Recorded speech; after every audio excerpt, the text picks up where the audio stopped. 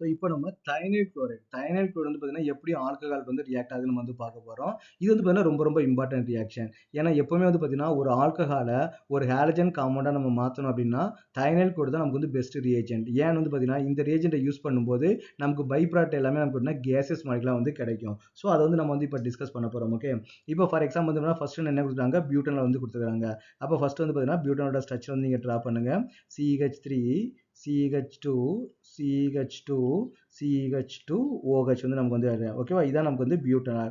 Next நம்ம என்ன பண்ண போறோம், தைனைல் குளோரைடு வந்து நம்ம ரியாக்ட் பண்ண போறோம். SOCl2 தான் தைனைல் குளோரைடு இல்லையா. அப்ப ரியாக்ட் பண்ணும்போது நமக்கு என்ன கிடைக்கும்னா ஆல்கஹால் வந்து போயிட்டு நமக்கு என்னடா அந்த இடத்துல குளோரின் வந்து நமக்கு வந்து சப்ஸ்டியூட் ஆகும். இங்க நான் வந்து 3 போடுறேன் பார்த்தீங்களா, 3 போடக்கூடாது. எப்பவுமே கார்னர் தான் 3 வந்து இருக்கணும். நடுவில் ஃபுல்லாவே நமக்கு வந்து CH தான் இருக்கணும்.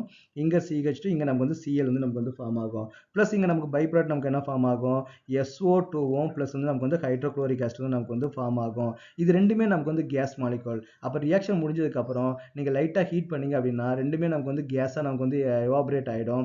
அப்போ நமக்கு வந்து பியூர் ப்ராடக்ட் மட்டும் நமக்கு கிடைக்கும். அப்போ ஆல்கஹால்ல இருந்து ஹாலஜனா மாற்றத்துக்கு நமக்கு வந்து நிறைய மெத்தட்ஸ் வந்து இருக்குது.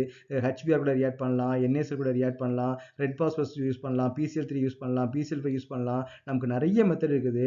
எத்தனை மெத்தட் இருந்தாலுமே நமக்கு தைனைல் கூட வந்து ரியாக்ட் பண்ணா நமக்கு வந்து பெஸ்ட் மெத்தட். ஏன்னு வந்து பார்த்தீங்கன்னா பை ப்ராடக்ட் வந்து நமக்கு வந்து கேஸாக இருக்கும். அப்போ நமக்கு ஃபர்தர் பியூரிஃபிகேஷன் தேவையில்லை. அப்போ நமக்கு ரியாக்ஷன் முடிஞ்சோன்னா நமக்கு வந்து ப்ராடக்ட் வந்து நமக்கு வந்து கிடைச்சிடும். ஓகே, இதான் நமக்கு வந்து பெஸ்ட் மெத்தட்.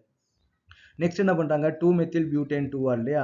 அப்போ அதோட ஸ்ட்ரக்சர் நமக்கு வெளியே இருக்கும் பியூட்டேன். அப்போ பியூட்டேனா நமக்கு வந்து 4 கார்பன் வந்து இருக்கணும். அதில் செகண்ட் கார்பன் வந்து பார்த்தீங்கன்னா ஒரு மெத்தில் குரூப் வந்து இருக்குன்னு சொல்லியிருக்காங்க, ஒரு ஆல்கஹால் குரூப் வந்து இருக்குன்னு சொல்லியிருக்காங்க, OH இருக்குன்னு சொல்லியிருக்காங்க, CH வந்து இருக்குது இல்லையா.